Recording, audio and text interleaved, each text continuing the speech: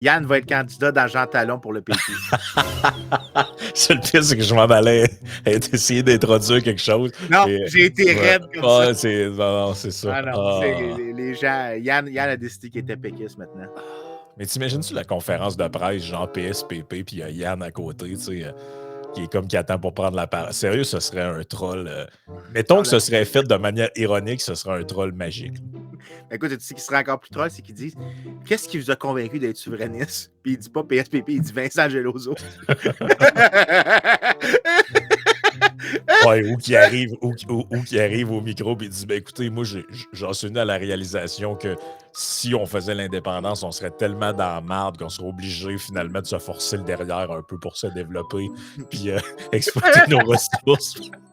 On pourrait développer du pétrole au Québec. Ah, c'est ça. Juste sur la face des gens.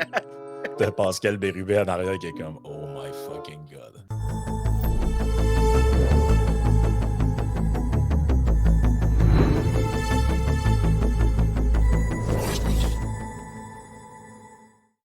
What have we done? Le pire, c'est que s'il se fait élire dans Jean Talon, tu pourrais finalement le PQ serait un caucus très diversitaire. Ouais, c'est ça. Oh.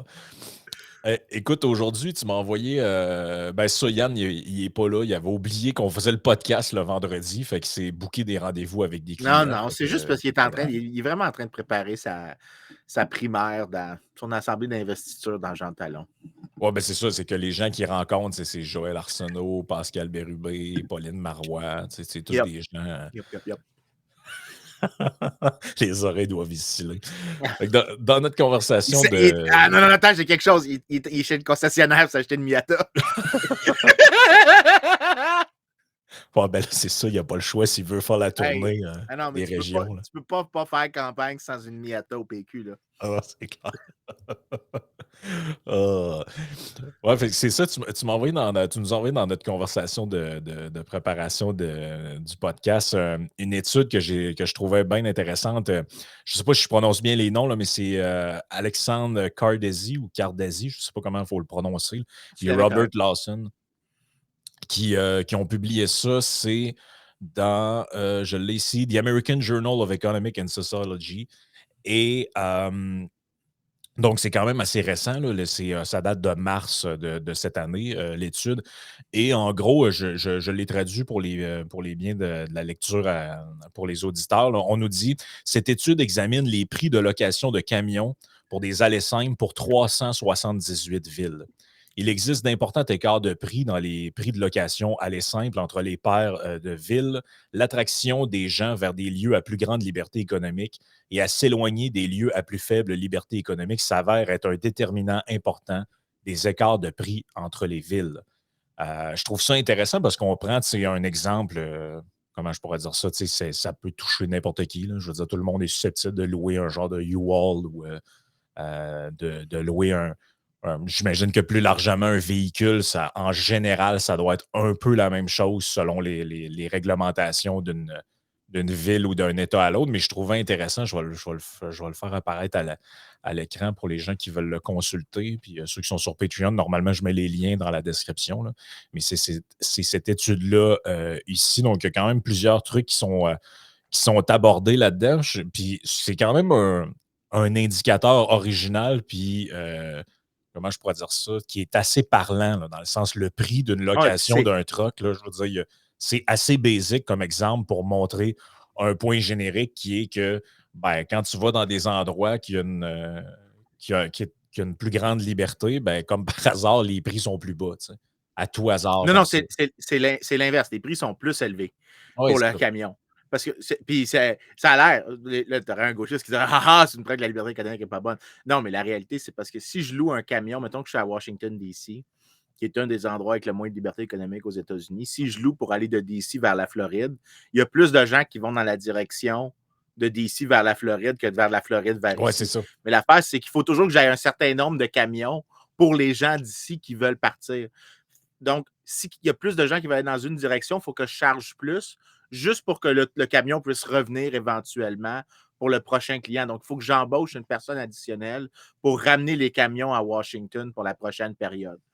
Puis eux, ce qu'ils checkent, c'est qu'on va prendre toutes les villes aux États-Unis, on va faire une paire. Fait que, si, mettons, on va prendre DC vers la Floride, DC vers Dallas, DC vers New York. Fait que tu fais ça pour toutes les villes aux États-Unis, puis tu le fais pour toutes les directions. Donc, tu as comme une sorte de ce qu'on appelle des diades, là, le nom en anglais, mais c'est comme toutes les paires de villes. Puis ce que tu veux savoir, c'est est-ce que la ville de destination, ça a plus de liberté économique que la ville d'origine? Est-ce que le fait que ça a un effet sur les prix? La réponse, c'est oui. Puis l'idée ici, c'est que la liberté économique est un indicateur de la demande de camions c'est ça. pour aller vers la Floride ou aller vers le Texas. Et ce que tu vois, c'est que les camions sont excessivement coûteux pour aller de ces États-là vers la Floride. Par contre, étrangement, si tu t'en vas du Texas vers la Floride, les prix ne sont pas très élevés.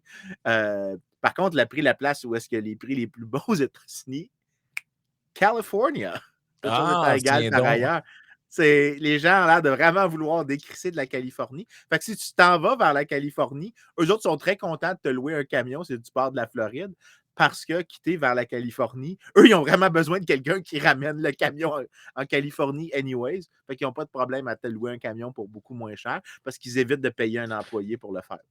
Mais on dirait que j'imagine assez facilement, puis, pour ne pas, on nommera pas de nom, là, mais il me semble que j'imagine facilement un genre pas de think tank, mais j'imagine un institut, mettons, québécoise ou un groupe de recherche québécois qui arriverait avec un papier de même qui nous dirait regardez, on a fait on s'est appuyé sur des données et quand on regarde aux États-Unis, ben, les endroits qui ont un état social important, là, où les gens ne sont pas laissés pour compte, comme la Californie, New York, ben, on remarque par exemple des indicateurs très simples. Les prix pour louer un camion de déménagement sont beaucoup plus bas que dans les endroits où on laisse le néolibéralisme dominer. Là.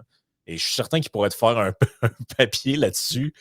Et comme si tu ne vas pas voir les causes derrière, ben, dans le fond, qui est la demande, qui est complètement absente dans un cas, ben, ça peut t'amener justement à des conclusions un peu étranges. Oui. Ben écoute, on ne mentionnera pas un institut qui a un nom qui est lié à une partie des yeux. Là, parce que c'est ça. Dans ton œil, il y a un truc qui s'appelle, je pense, l'iris. Oui, c'est ça. Donc, je pense que c'est ça. Je pense que c'est un groupe de recherche en ophtalmologie ou quelque chose comme ça. Je ne suis jamais sûr, étant donné de la qualité de leur recherche, je ne suis jamais sûr exactement c'est de quoi ce qu'ils parlent. Greedflation. C'est facile de leur taper dessus.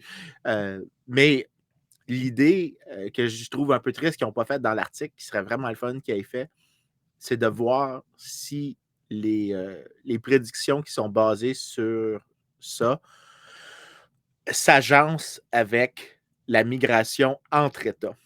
Parce que là, l'idée est que c'est vrai que ça a l'air de bien expliquer les prix, ça a l'air de bien expliquer aussi la destination des camions, mais ça serait le fun de voir si ça explique bien quel État ont gagné et perdu de la population au net. La réponse, c'est que très facilement, tu peux le voir, puis j'ai fait l'effort de le faire, j'ai regardé leurs résultats, puis il y a une manière de tester si c'est le cas, puis la réponse, c'est oui. Ça prédit très, très bien quel État devrait perdre la population puis en gagner. Notamment, la Californie devrait en perdre, ce qui s'est passé. New York devrait décliner relativement au reste des États-Unis. Et les États qui gagnent devraient être Arizona, Texas, Floride, Dakota du Nord, Dakota du Sud. C'est deux États qui ont une grosse croissance démographique. Étrangement, mais pas si étrangement que ça quand tu connais un peu les États-Unis. C'est des États avec énormément d'exploitation gazière. Donc, il y a beaucoup de développement qui se fait dans ces États-là. Puis c'est quand même assez impressionnant parce que quand tu regardes c'est quoi le Dakota du Nord et le Dakota du Sud en passant, c'est comme si c'était le Manitoba, mais un petit peu au sud. Ce qui n'est absolument pas intéressant, soyons très clairs. Je trouve déjà le Manitoba pas très intéressant en soi. Le fait est que si tu as vraiment envie d'aller dans le Manitoba américain, il faut vraiment qu'il y ait vraiment des conditions économiques incroyables pour que tu veuilles déménager là, ce qui est le cas dans ces États-là. Donc, c'est des États à grosse croissance démographique, largement parce que les gens trouvent que les opportunités là-bas sont plus importantes et qu'il y a plus de chances d'entrepreneuriat, les gens peuvent, il y a des conditions salariales plus élevées. Et ça, c'est tout lié à l'importance d'un cadre réglementaire, d'un cadre institutionnel qui encourage le développement économique. C'est Donc, tellement la intéressant. liberté économique. C'est tellement intéressant d'aller vivre là qu'ils sont prêts à payer plus cher pour un truck pour y aller. Ben, le gain de salaire doit être assez élevé pour compenser pour le truck, clairement. Mais dans les genres d'écarts de prix qu'on avait, c'est-tu vraiment des écarts substantiels? Là, Ah oui, il y en a. Écoute, il y a quelques années, je n'ai pas regardé ça dans l'article, mais il y a quelques années, je me souviens, parce que un des co-auteurs de cet article-là, c'est un ami à moi. Donc, Robert, c'est un chum. On se voit 3-4 fois par année à des conférences. On boit ensemble, ce qui est pour moi le test ultime de ce qu'on est amis. Est-ce que tu as déjà partagé un steak avec moi aussi, un test d'amitié? La réponse est qu'il a passé les 2 tests. Donc, on se côtoie énormément puis on s'apprécie beaucoup. Puis, j'y avais dit il y a comme 3-4 ans, ça serait le fun que quelqu'un fasse ce papier-là. Et il dit, c'est drôle, tu dis ça, Vincent, je suis en train de le faire. J'étais comme, si que je suis content que quelqu'un le fasse, ça me fait chier que ça soit pas moi. Parce que moi, je voulais le faire, cet article-là. Vraiment beaucoup. Mais lui, il dit qu'il voulait le faire. Mais une des choses que lui voulait regarder avec ça, c'était motivé par une histoire. C'est ça qui avait parti la discussion. C'était l'histoire que pour aller de la Californie au Nevada, le prix était le tiers du prix d'aller d'aller de la Californie vers le Nevada, le prix était 3 fois plus élevé que le prix du Nevada vers la Californie. Ce qui est assez impressionnant étant donné que le Nevada est juste à côté. La distance n'est pas particulièrement élevée. Non, c'est ça. Le Nevada, à part Vegas, il n'y a pas grand-chose là-bas d'intéressant. Il y a Reno, puis c'est fini. Tu n'as pas grand-chose au Nevada. Tu enlèves Las Vegas. En fait, tu regardes juste la carte du Nevada, il n'y a rien. Toutes les counties, là, ils sont toutes des affaires gigantesques où il n'y a personne.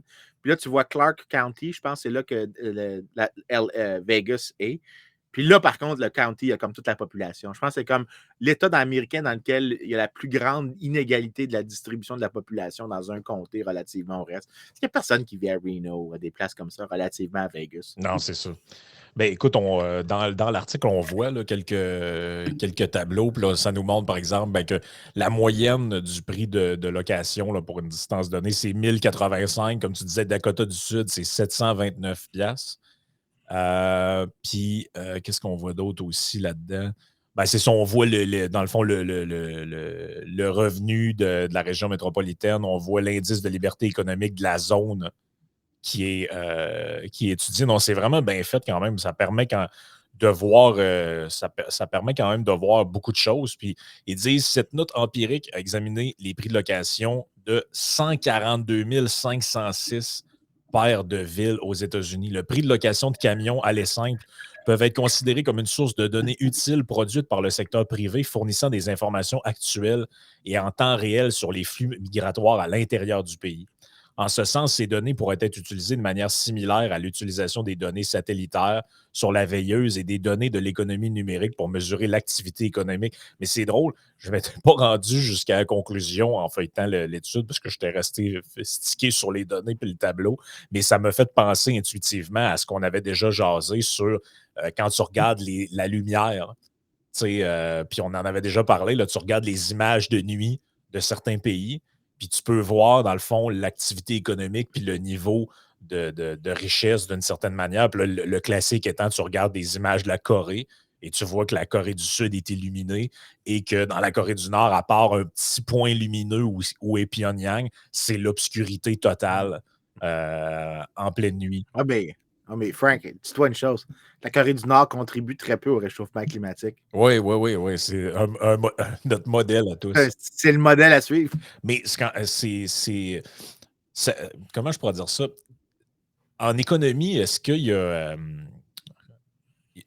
une raison pour laquelle, ou c'est une question de pure intuition, qui fait que des chercheurs, par exemple, utilisent ou ont l'idée d'utiliser des indicateurs comme ça ou des exemples comme ça qui ne viendraient pas à l'idée du commun des mortels. Là. Si, mettons, tu prends quelqu'un qui est néophyte ou qui s'intéresse à ça, mais juste comme ça, puis tu lui demandes comment tu penses qu'on devrait étudier, par exemple, la mobilité entre les États, puis qu'est-ce qui fait que... Je pense pas que personne va arriver intuitivement en disant, bon, on pourra regarder le prix moyen d'un camion locatif ou encore, on pourra regarder la lumière la nuit vue de l'espace par satellite. Tu sais, c'est comme c'est des façons très imagées, je trouve, puis efficaces d'expliquer un point.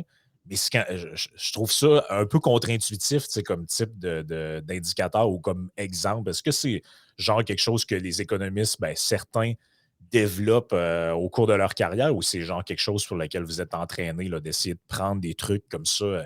Moi, ça me fascine à chaque fois. Tu sais, je me dis, tu sais, tu dis, Ah, quand même, tu as eu cette je te idée-là, puis dirais l'autre personne avait eu l'idée aussi, mais je veux dire, c'est quand même pas une idée qui jaillit comme ça dans l'esprit de tout le monde, là.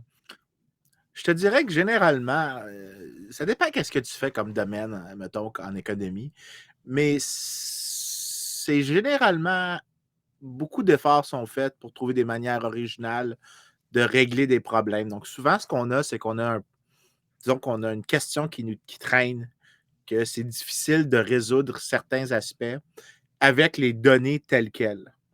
Plus le problème persiste, plus il y a un profit à faire comme chercheur de le résoudre par d'autres moyens.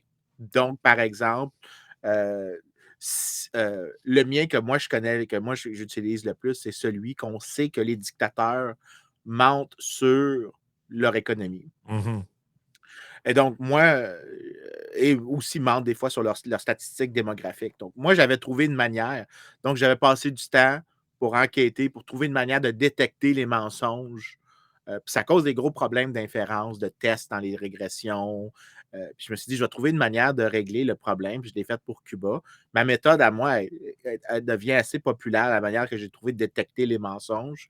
Tu as d'autres personnes qui ont investi du temps en utilisant les données de satellite pour les lumières, pour détecter les Quand mensonges tu des dis dictateurs mensonge, sur là, le le pays. classique, c'est par exemple le taux d'alphabétisation, mettons, dans un pays donné ou le, le- le- le- la qualité Ou des. ils vont dire que le PIB est 20% plus gros que ce qui est, ou tu vas avoir quelque chose comme, en fait, un exemple qui est un peu classique. Il y a deux exemples classiques que moi j'utilise souvent je l'utilise quand je donne les cours de statistiques. Je dis aux étudiants, garbage in, garbage out. Les données, tes régressions sont aussi bonnes que la qualité des données que tu utilises. Et souvent, tes tests peuvent. Si tu trouves que le test ne fait pas de sens avec la théorie, reviens en arrière juste pour être sûr que ce n'est pas les données qui causent le problème et non pas la théorie. Commence à être sûr que les données sont pertinentes. L'exemple classique sur le PIB que moi j'aime utiliser, c'est la Chine qui a des incitations. Donc, les bureaucrates locaux ont des incitations. Ils ont des pénalités s'ils n'atteignent pas certaines cibles de croissance économique et des primes s'ils les atteignent et les dépassent. Donc, qu'est-ce que tu penses qu'ils font? Ben, ils trouvent des manières de trafiquer les définitions pour inclure des parties de l'économie informelle. Ils vont faire des ajustements qui jouent de leur côté. Donc, il y a clairement des mensonges sur Ben, imagine, l'activité. tu peux observer ce genre de truc-là de manière beaucoup moins prononcée, mais quand même dans les démocraties, là. Tu sais, ah non, on ne fait pas de déficit. Finalement, ils ont trouvé le moyen par des espèces Ben, d'artifices comptables de mettre ça sur des dépenses de très long terme. Fait que finalement, ça va direct sur la dette. Fait qu'officiellement, il n'y a pas de déficit. Le budget est équilibré, mais en réalité, il ne l'est pas, là. Si tu comptes la les Grèce, intrants et les sortants, il y a pas, c'est comme il y ça. en a un déficit, C'est là, c'est juste que vous l'avez mis sur un. C'est comme si vous, dans votre maison, vous dites non, non, chérie, j'ai pas dépensé plus d'argent que j'en ai gagné, mais il y a plein de cartes de crédit qui sont pleines. Donc, en réalité, vous avez présenté la réalité en la maquillant un peu. Donc, je peux très bien croire que des pays autoritaires et dictatoriaux ben, font la même chose, mais sans trop se gêner, là. Ah, les démocraties aussi le font, hein, soit dit en C'est passant. ça. La Grèce, bon, qui n'est pas la démocratie la plus vibrante qui existe dans le monde occidental, là, étant donné la présence de. C'est un pays quand même assez corrompu avec un parti néo-nazi qui est rentré pendant un moment à la législature. Donc, tu sais, puis pas néo-nazi comme les gens de gauche aiment ça accuser n'importe qui n'est pas de gauche de néo-nazi.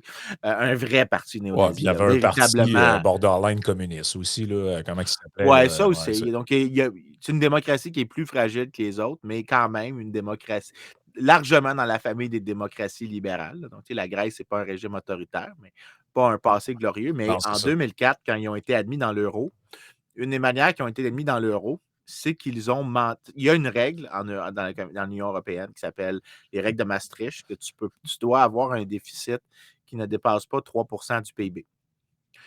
La Grèce a menti sur son PIB pour que ça ait l'air qu'il ne dépassait pas 3%. Et c'est comme ça qu'ils ont été admis dans l'Union monétaire, donc ils ont été admis dans l'euro.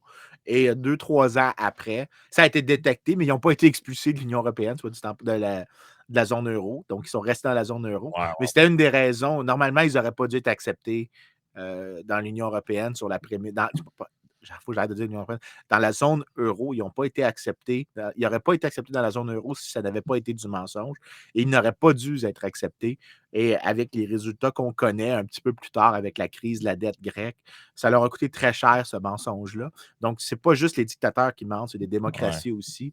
Mais on cherche souvent des manières de découvrir ces, quand tu vois un problème et que tu le sais que ça ne fait pas de sens, on cherche des manières créatives de trouver une solution. Donc, ça peut être que tu utilises les prix des camions, par exemple, pour régler le problème de est-ce que c'est quoi qui détermine la migration? Est-ce que c'est la qualité? Parce que ça, c'est une grosse question en immigration.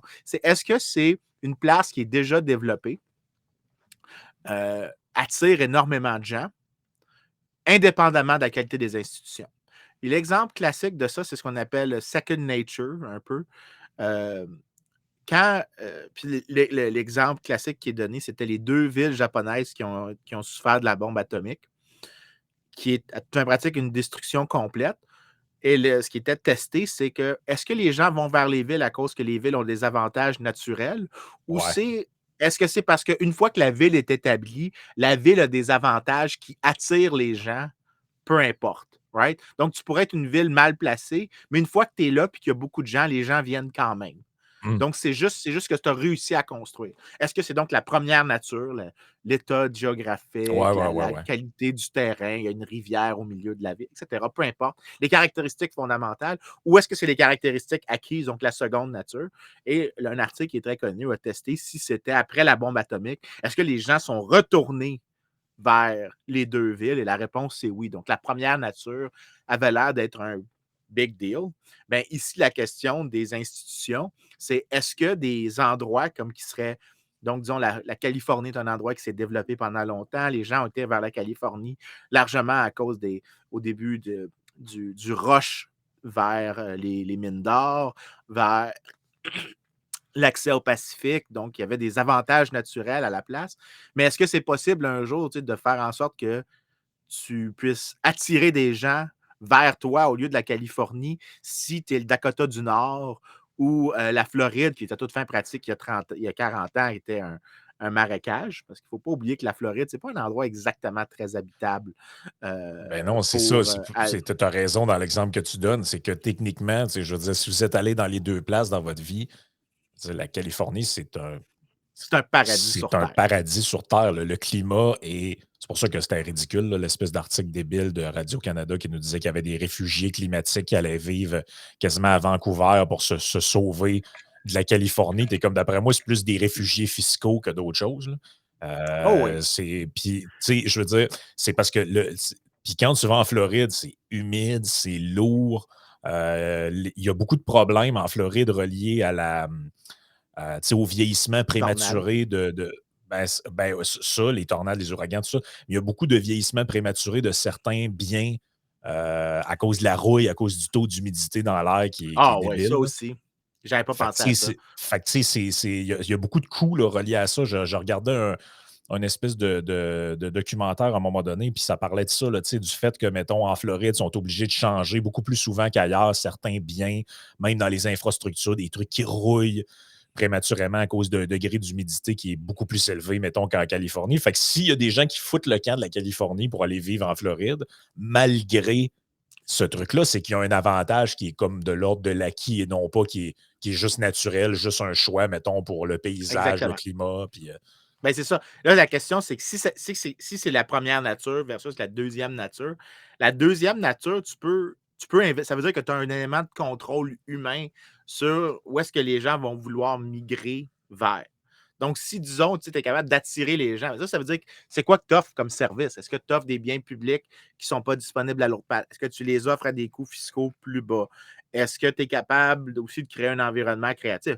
La réalité, c'est que la Floride, le Texas, présentement aux États-Unis, ce sont les États qui ont énormément de croissance économique.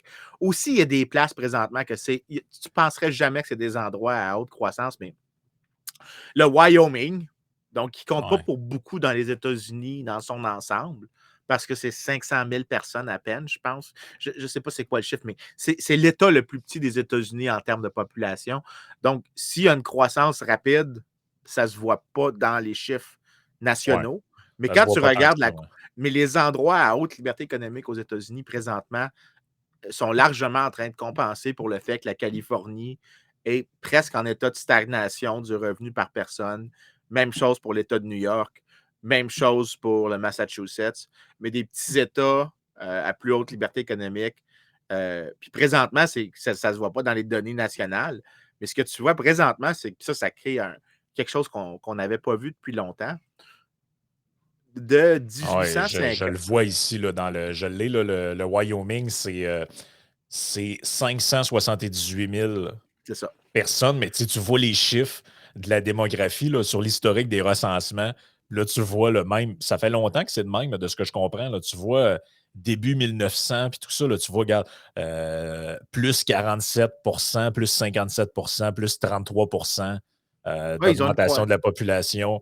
Là, même dans les chiffres plus récents qu'on a, plus 14, plus 8,86. Donc, c'est quand même. ils ont Ouais. une ils ont une très bonne croissance. Mais c'est sûr Mais, que mais l'idée, c'est que dans des villes où il y a 28 000 personnes, une croissance de 32 ça paraît pas tant que ça, là, au global. Là. Fait que yep, c'est. Non, pour non, eux, ça se c'est. voit.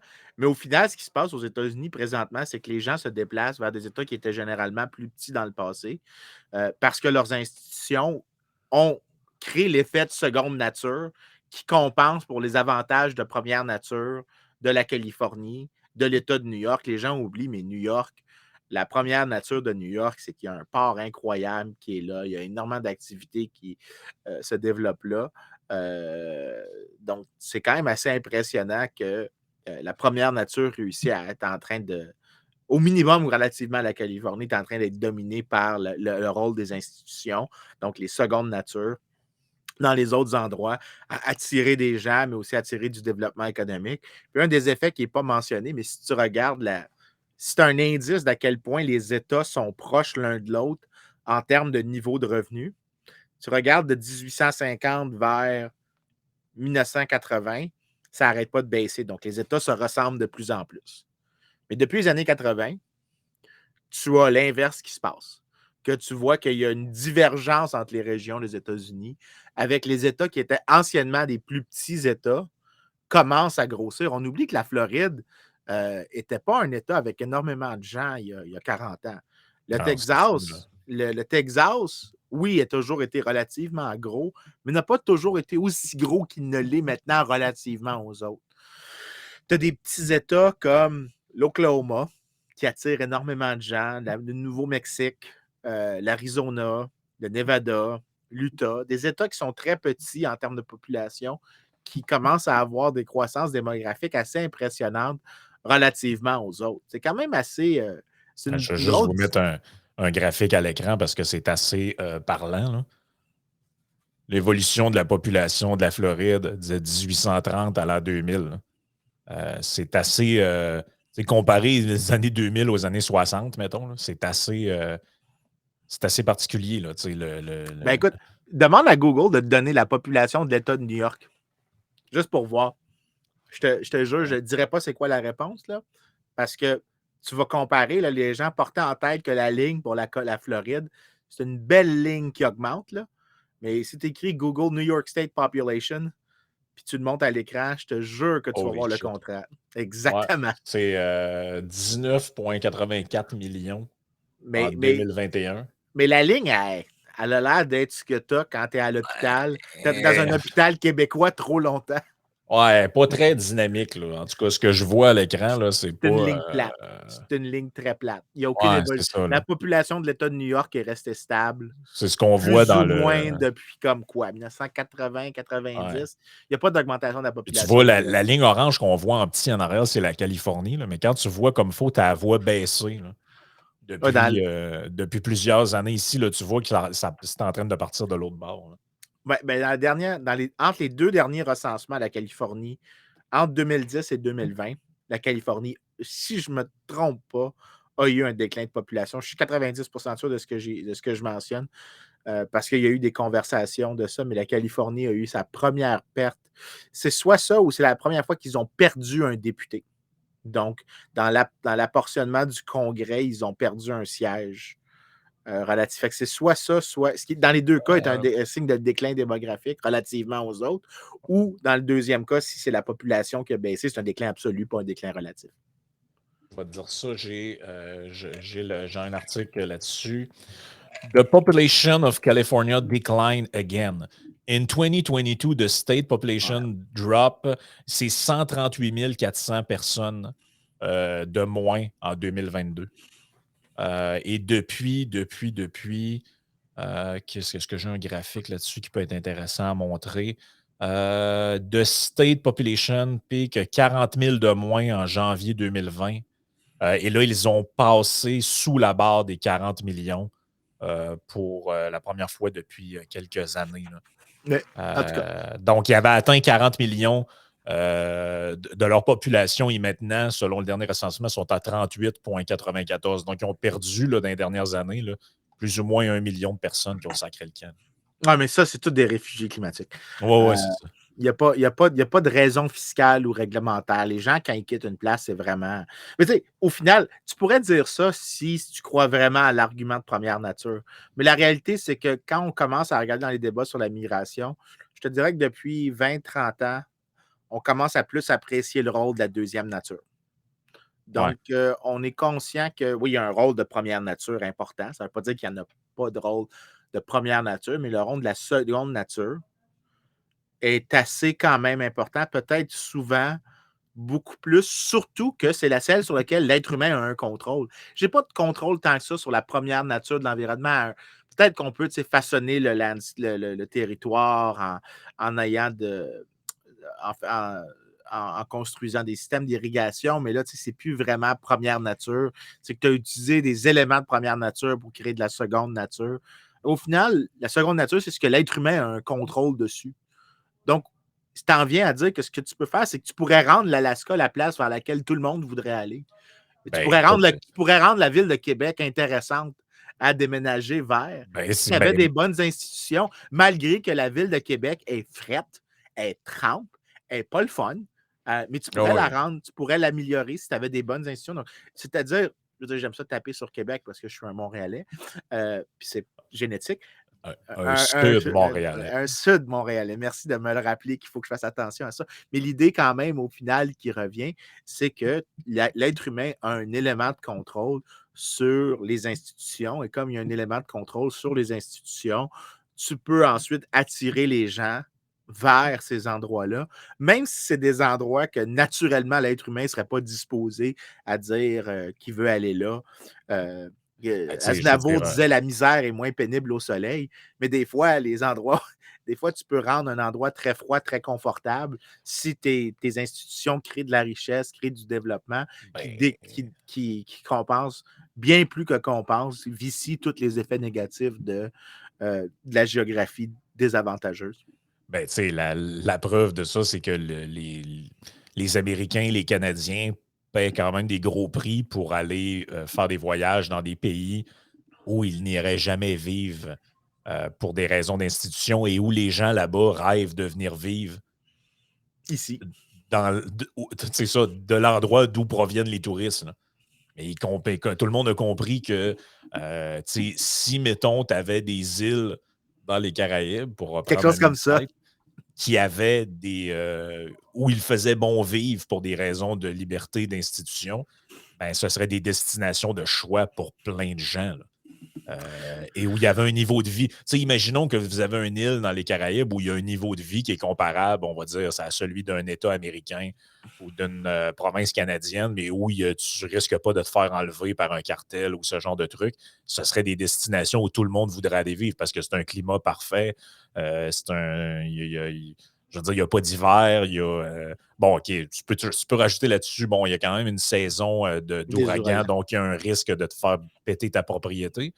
Mais en même temps, beaucoup des dommages qui sont causés dans ces endroits-là viennent aussi du fait que les infrastructures, tout ça, sont un peu construits avec les moyens du bord parce que les gens n'ont pas les. Parce que si ça se construit, là, je veux dire, la Floride a fait beaucoup d'efforts là-dessus. Quand il y a un ouragan qui passe en Floride, ça ne cause pas les mêmes dommages qu'en République dominicaine. Là. Parce que, parce que les normes de construction et la qualité des infrastructures est de très loin supérieure là-bas. Entre autres, les gens ne l'ont peut-être pas remarqué, mais si vous allez en Floride, la plupart des bâtiments, les bâtiments qui tous construits après une telle date, là-bas, vous rentrez pas chez les gens, vous ouvrez la porte. Et ça, c'est entre autres, ça a été pensé pour que justement, quand des vents très forts arrivent, la porte, elle ne peut pas rentrer, elle ne peut pas défoncer par en dedans, puisqu'il faut que tu l'ouvres, comme une porte de commerce. Et ça a été pensé pour justement les ouragans, les vents très violents, tout ça. C'est que dans le fond, les portes se faisaient défoncer. Parce que si la physique fait que si tu dois ouvrir pour rentrer chez les gens, la serrure peut lâcher en cas de grand vent, mais si le vent pousse dans la porte, mais qu'elle s'ouvre comme ça, elle ne peut pas briser.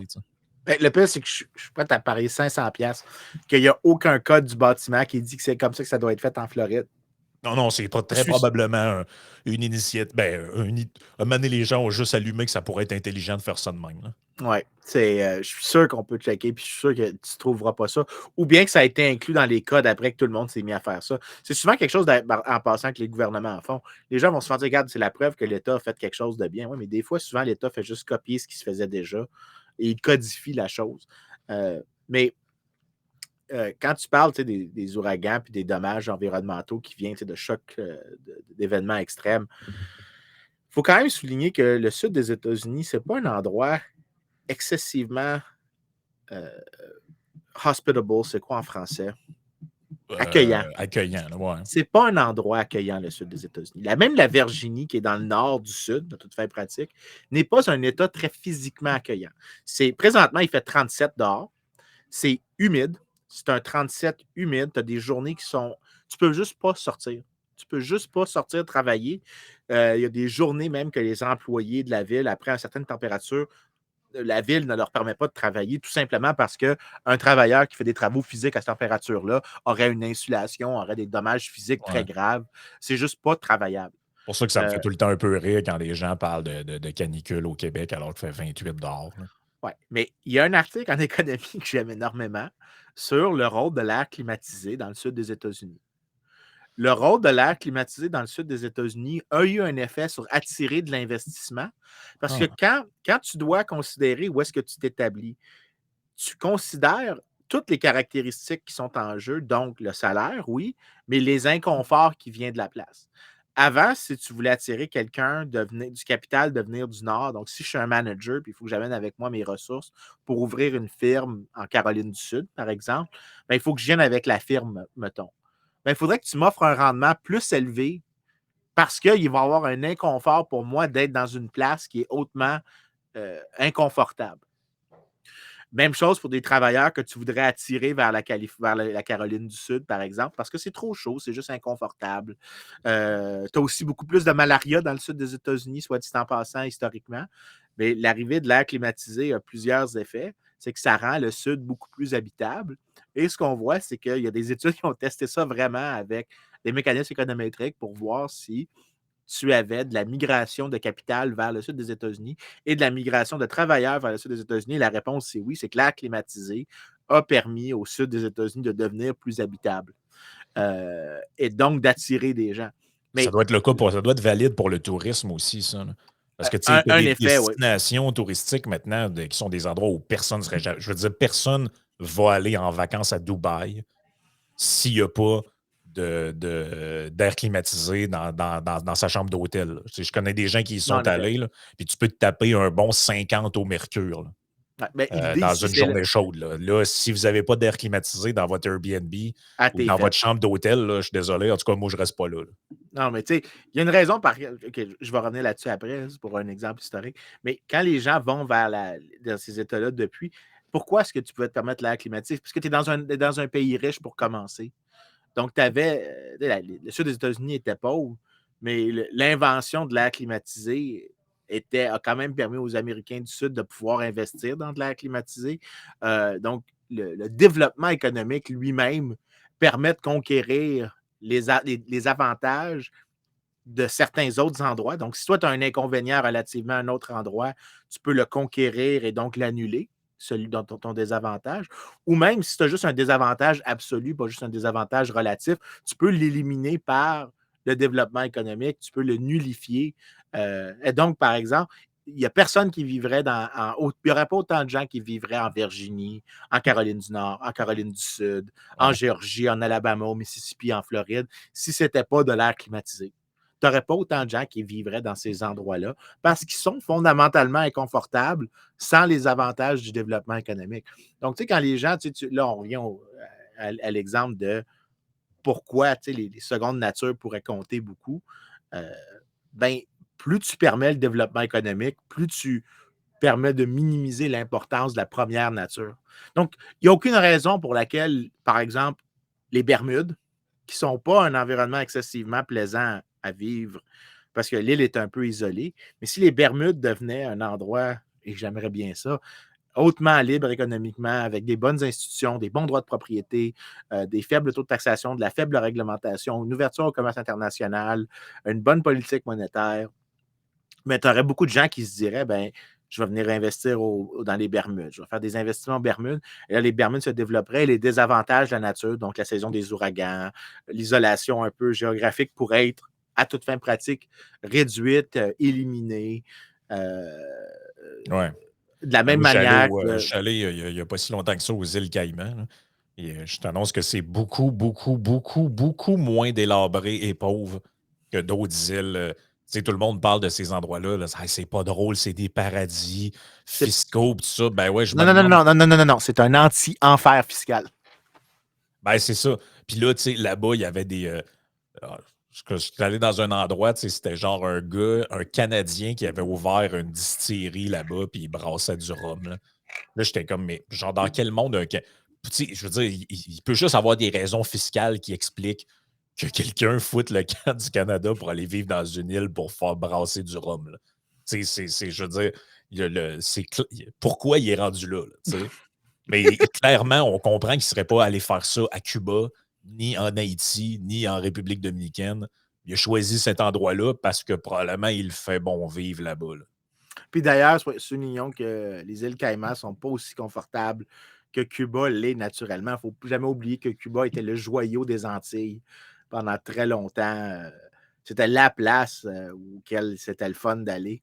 Et on peut remercier les Castro Ouais. D'avoir d'avoir mis scrappé fin. l'île. D'avoir mis fin au party. Ouais. Je veux dire, on avait trop de fun, il fallait que quelqu'un exagère.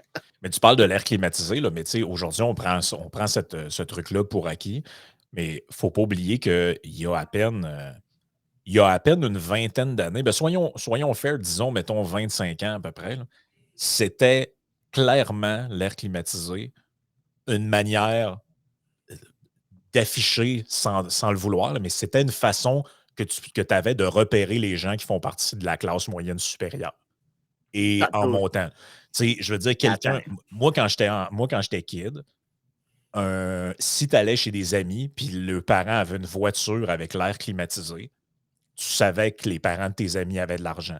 L'air climatisé et les vitres automatiques. Ça voulait dire que quelqu'un a de l'argent. Parce que moi, mes parents, il n'y avait pas d'air climatisé. Je me souviens, la première voiture qu'on a eue qui avait l'air conditionné, c'était un genre de caravane dans le début des années 2000. Avant ça, tu payais des extras là, pour avoir l'air climatisé. Puis Tu veux-tu. dans la maison, les gens avaient des cossins genre dans les fenêtres. Là. Mais comme tu vois aujourd'hui que genre une maison sur deux a un truc après mural avec une thermopompe dehors, ça c'est récent. Là. Si tu Écoute, revois dans les années 90 au Québec, personne n'a ça. Là. écoute, j'ai été sur, parce qu'on en parle, là, tu m'as donné envie de checker, j'ai regardé le pourcentage de maisons qui, qui ont aux États-Unis, des ménages, pas de maisons, excuse-moi, qui ont de l'air climatisé dans leurs installations. Aux États-Unis, c'est 89 au recensement de 2020 et je l'avais pour un autre recensement avant, c'était 60 en 1990. Par contre, l'État qui a le moins d'air climatisé, puis tu vas capoter, l'État qui en a le moins d'air climatisé, tu vas faire un guess? L'État qui en a le moins. Ben là, j'aurais En tendance pourcentage. naturellement. J'aurais tendance à dire un État plus au nord à cause du climat. Mais ouais, l'État qui en a le moins. Genre, ça doit être le Mississippi ou un truc de même. Là. Non. Mississippi n'est même pas dans la liste du top 10. OK. Ben écoute, je sais pas. Californie. Ah ouais. Ben, La Californie, il y a presque 25% des ménages en Californie qui n'ont pas d'air climatisé. La Floride, il y a à peine 2% des ménages qui n'ont pas d'air climatisé. Ça veut dire que quand tu regardes, là, mais ça me surprend pas l'écart entre les deux parce que la Floride, pas d'air climatisé, c'est invivable. Et la Californie. La la Californie aussi, Californie, c'est invivable sans air climatisé, je m'excuse, là, mais. ouais, mais c'est pas une chaleur humide comme en Floride. Là. Tu essaieras de dormir à 35 degrés Celsius sec ou humide. Tu dors pas dans les deux cas. Ouais, mais ouais. Sec ou, Oui, sec ou humide, tu dors pas à 35. C'est plus confortable dehors, c'est moins pénible de travailler un petit peu dehors, mais au final, tu dors pas la nuit. C'est ça, le confort de l'air climatisé, c'est largement pour dormir. Tu regardes la plupart des gens, quand est-ce qu'ils font runner leur air climatisé? C'est quand ils sont à veille de se coucher. non, non, c'est sûr. Moi non plus, dormir. Moi, plus il fait fret, mieux je dors. Là. Ouais. Mais C'est. tu vois, mais regarde, étrangement, la Californie a des avantages naturels incroyables, mais ses politiques absolument atroces font que les choses qui pourraient te permettre de conquérir la première nature, les gens ne peuvent pas le faire, ces Hmm. investissements-là, pour conquérir la première nature, à cause des politiques publiques qui découragent l'investissement, découragent l'investissement notamment en énergie. Donc, le résultat est que les Californiens décident de ne pas acquérir ces ressources-là et vont donc décider, probablement, si c'est possible, de déménager. Tu parlais Seconde nature. tu parlais des statistiques là, tantôt, par exemple, avec Cuba ou avec la Chine ou tout ça, puis on a dit que ça existait aussi dans les démocraties ou les régimes qui ne sont pas directement des autocraties. Ça m'a rappelé un article que j'avais lu il n'y a pas si longtemps sur justement les chiffres d'inflation en Turquie. Qu'on disait que, bon, là, il y a genre un an, parce que la Turquie, l'inflation, c'est capoté, là, mais il y a genre un an, les chiffres qu'on avait, c'était genre aux alentours c'était comme 80 ou 100 d'inflation en Turquie. Et là, le gouvernement est arrivé et nous a dit, ah, là, on est passé sous la barre des 40. Ça va bien, là, on est dans la bonne direction. Puis là ils nous disent, ce que je lisais dans l'article d'un journal français, ça disait cependant, des économistes d'un groupe de recherche sur l'inflation, l'ENAG, contestent les chiffres du gouvernement. Selon eux, l'inflation annuelle s'établit entre 105 et 109 en prenant en compte ou non la gratuité du gaz. Le président Erdogan, qui entame un troisième mandat, dit vouloir faire la lutte contre l'inflation sa priorité. Celle-ci avait dépassé les 85 à l'automne. Euh, Généralement, là, les chiffres de statistiques dans des pays comme la Turquie, puis l'Argentine, par exemple, ou le Venezuela, c'est de la bullshit. Ils sont vraiment c'est ça. pas fiables. C'est pour ça que moi, quand j'ai vu ça, j'étais comme, honnêtement, je ne sais pas si le groupe qui critique le gouvernement est fiable, mais ça me surprendrait vraiment pas que la Turquie, genre, taponne les chiffres pour des raisons électoralistes ou. Parce que, Ouais, mais tu sais, je veux dire, passer de 100 d'inflation à 40 en l'espace de quelques mois, je ne sais même pas si c'est techniquement possible. Là, en fait, oui, ça l'est. OK, on va mettre deux choses en premier. Fait continuons sur le mensonge, puis après ça, comment tu ouais. coupes ce qui est fondamentalement proche de l'hyperinflation. Parce que l'hyperinflation, il y a une définition formelle qui est 50% par mois. OK, OK. donc, c'est pas 100% par année. Là, OK? C'est Ouais, ouais, ouais. 50% par mois, c'est de l'hyperinflation. Mais tu sais, quand tu es à 100% par année, tu n'es pas proche de l'inflation, mais tu n'es pas loin non plus. Là. Les mensonges, généralement, c'est parce que il y a souvent des contrôles de prix, il y a souvent des trucs additionnels qui complexifient l'évaluation. Donc, c'est comme l'exemple du thermostat que j'avais donné dans le passé, qui n'est pas mon exemple à moi, c'est un exemple de Milton Friedman. Tu dis, ben, il n'y a pas d'inflation, garde, j'ai contrôlé les prix, donc les prix ne peuvent pas augmenter. Ben, ça, Ouais, c'est c'est comme ça. te dire, j'ai cassé le thermostat, donc la température a arrêté de monter parce que je l'ai cassé. Non, non, la température continue de monter. C'est juste que le signal, maintenant, ne vaut plus rien. Tu ne peux plus le mesurer aussi facilement. Donc, tu as souvent ça. Mais la manière qu'on a de tester s'il y a vraiment des mensonges, c'est qu'on a les marchés noirs. Et sur les marchés noirs, on sait c'est quoi le taux de change entre une monnaie qui est stable, ou plus ou moins stable, comme le dollar américain, et combien de la monnaie dévaluée du pays, de la monnaie nationale, tu as besoin pour acquérir un dollar américain. Donc, tu peux te servir des variations dans le taux de change sur le black market, donc le shadow exchange rate, et tu peux t'en servir pour dériver de ça le taux d'inflation. Pas dire que c'est 100% précis, mais tu peux avoir ça. Il y a d'autres manières.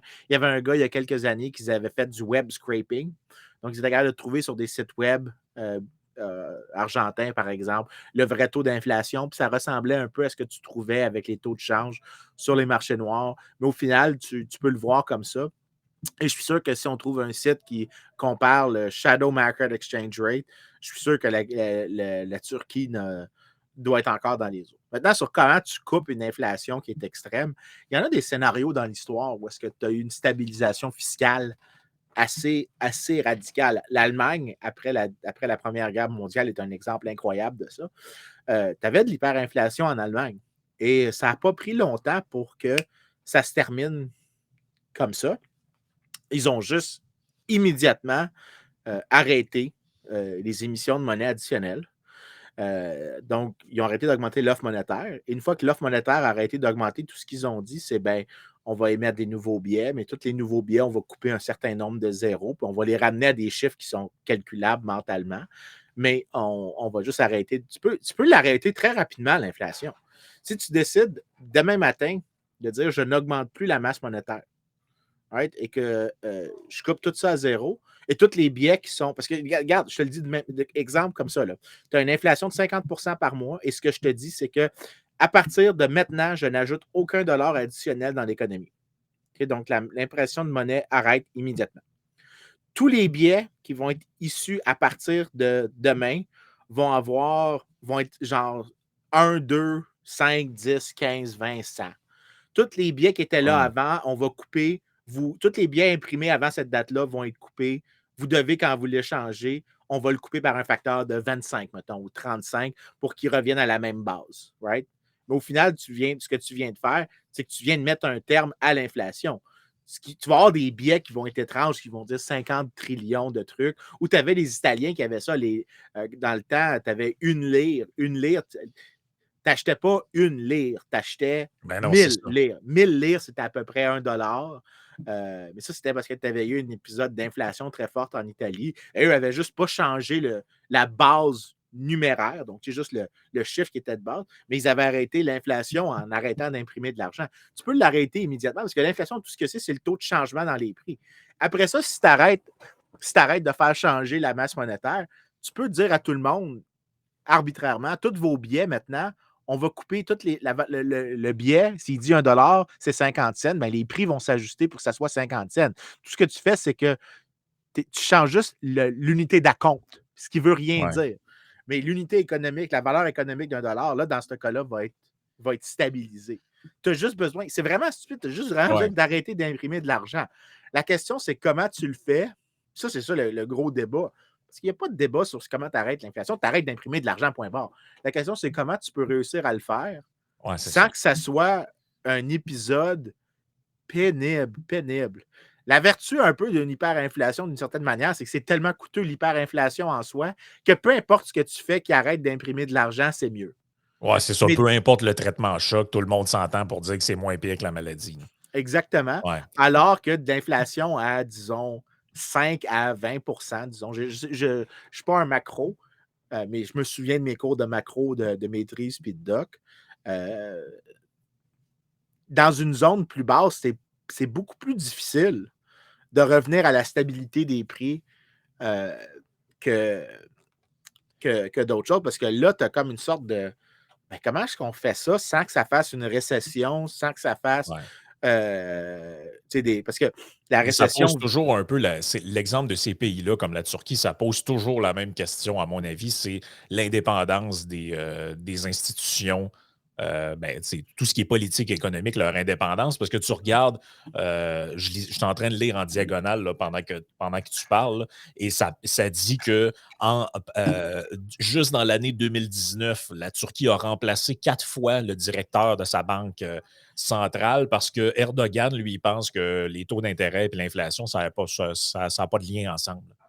Et là, la valeur de la livre turque s'est effondrée. Et là, finalement, ils se sont finalement décidés par remplacer le ministre de l'Économie, puis ils l'ont mis par quelqu'un qui a l'air de connaître ça un peu. Ils ont remplacé le directeur de la Banque centrale. Et là, imagine-toi, ils ont remonté les taux à 8,5 et après à 15 assez intense. c'est des mouvements quand même. Ça, c'est aussi un truc qui est assez typique de ce genre de régime-là. C'est des mouvements très drastiques et des revirements de situation. Tu sais, ici, on a fait tout un cas de genre augmenté par coup de 0,25, puis qu'est-ce que ça va causer, tu sais, puis tout le monde est attentif à ce truc-là. En Turquie, regarde, la Turquie relève son taux directeur à 15 dans un revirement politique majeur. Et là, les taux étaient à 8,5 et du jour au lendemain, la réunion du comité de politique monétaire depuis la réélection du chef d'État turc en mai s'est rencontrée. Ils ont décidé de faire passer le taux directeur de 8,5 à 15 d'un coup sec. Là, t'es comme, ben, c'est. Ça, tu verrais pas un truc de même dans un. Ben là, je peux me tromper, mais j'ai pas l'impression que tu pourrais voir un truc de même dans une démocratie. Non, tu pourrais pas voir ça. Mais en même temps, c'est là que. Puis là, c'est. OK, je vais donner un contexte. Présentement, en Argentine, parce que l'Argentine offre un parallèle assez intéressant, l'Argentine a une élection présidentielle présentement et un des candidats à l'élection présidentielle qui a littéralement une chance de gagner, c'est Javier Milei, qui est un libertarien hardcore. Et une de ses propositions, c'est d'abandonner le peso. Donc, que le peso disparaisse comme unité de monnaie et que l'Argentine, ben, pas qu'il disparaisse, c'est que l'Argentine se dollarise. C'est-à-dire que la monnaie officielle de l'Argentine devient le dollar américain. Et il y a vraiment des chances de gagner. Il est en troisième place, mais une troisième place serrée avec la deuxième. Ouais.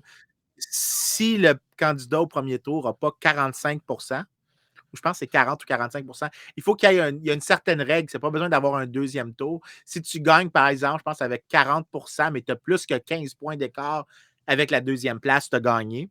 Mais si tu as comme 3 points d'écart avec la deuxième place, là, il y a un deuxième tour. Mais là, il y a une chance d'avoir un deuxième tour puis que lui pourrait se qualifier au deuxième tour.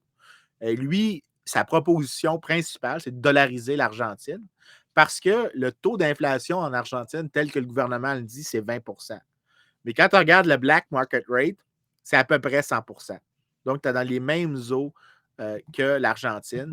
Et c'est largement parce que le gouvernement manipule énormément la structure des marchés, imprime énormément d'argent et essaye aussi un paquet d'autres affaires qui ne font pas de sens.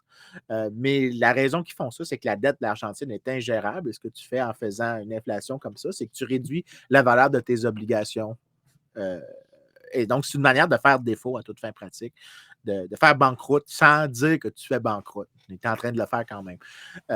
Mais Milei, lui, ce qu'il dit, c'est qu'on va dollariser. On n'aura plus besoin d'une banque centrale, on n'aura plus besoin de quoi que ce soit.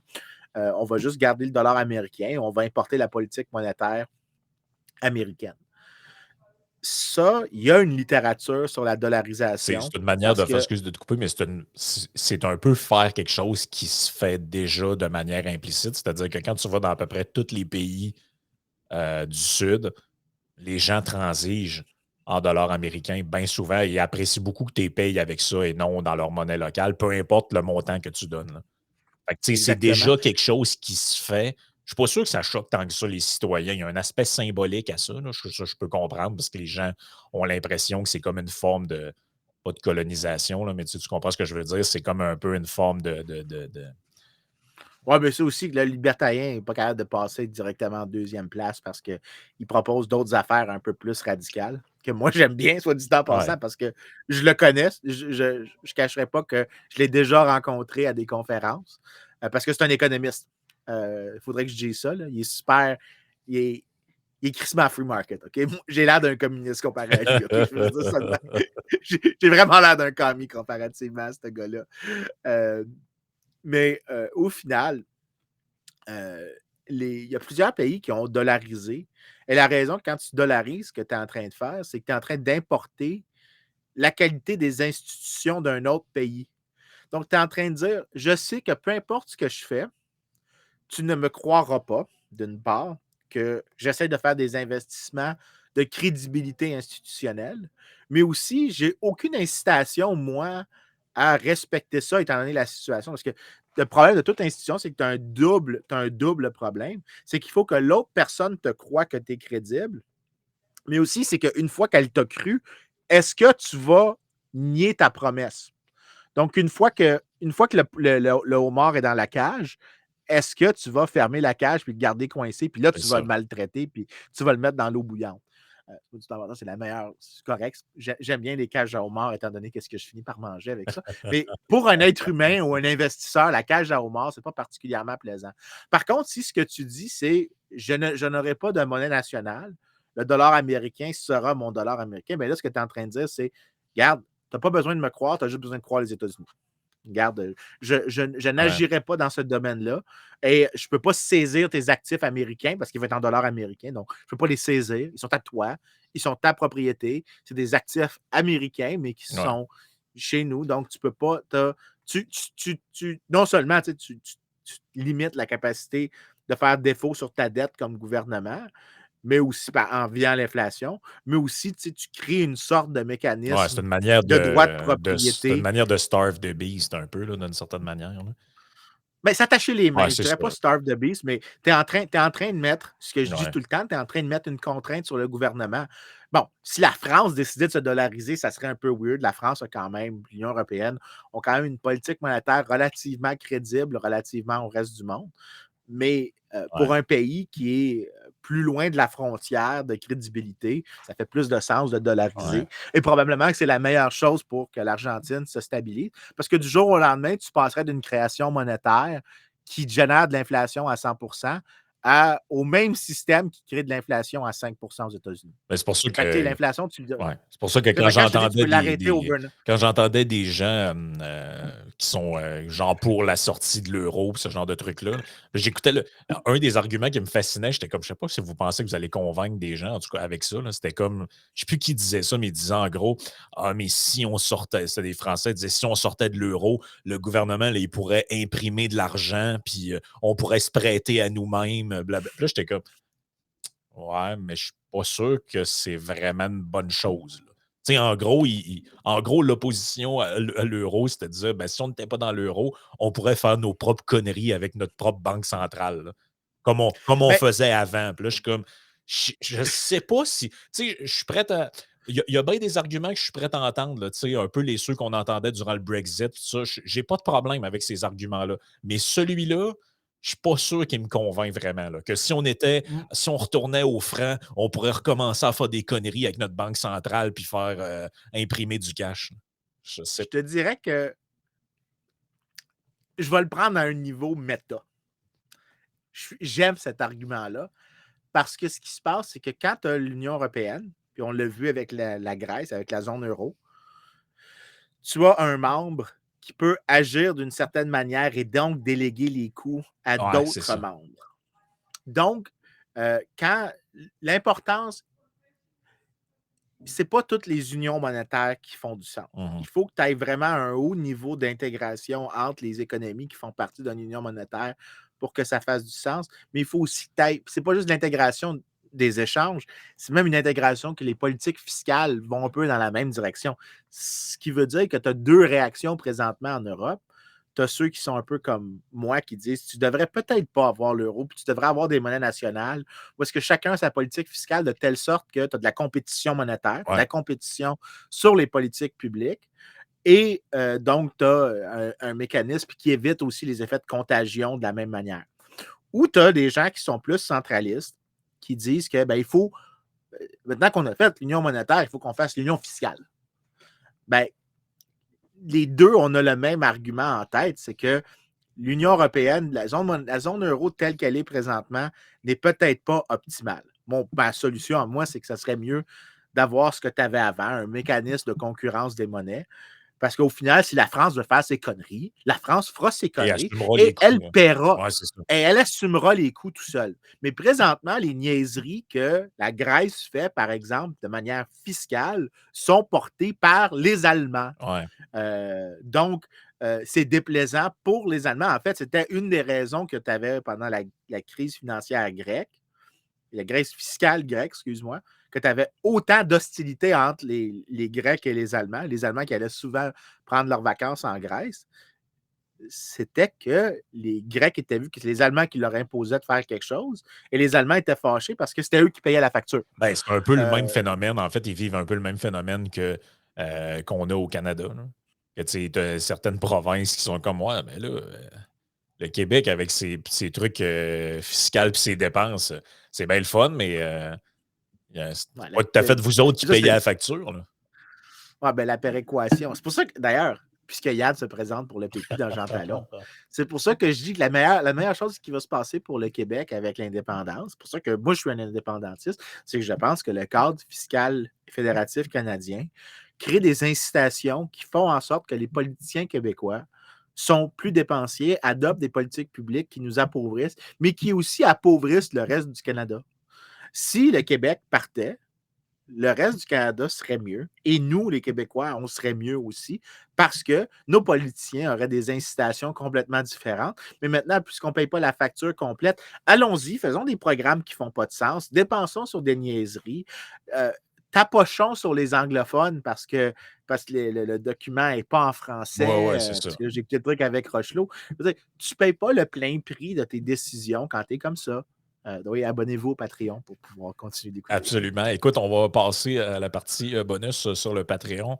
On voulait, en fait, on va poser une question qui est relative un peu à un truc qui s'est passé sur Twitter. Est-ce que les gens étaient 5 à 6 fois plus riches qu'aujourd'hui dans les années 30? C'est l'hypothèse qu'avait un intervenant qui a depuis supprimé sa publication et auquel Vincent a répondu. On va en jaser dans le Patreon et d'autres petits sujets aussi. Donc, joignez-vous à nous, soit par le code au bas de l'écran ou directement sur patreon.com/iSénéchal.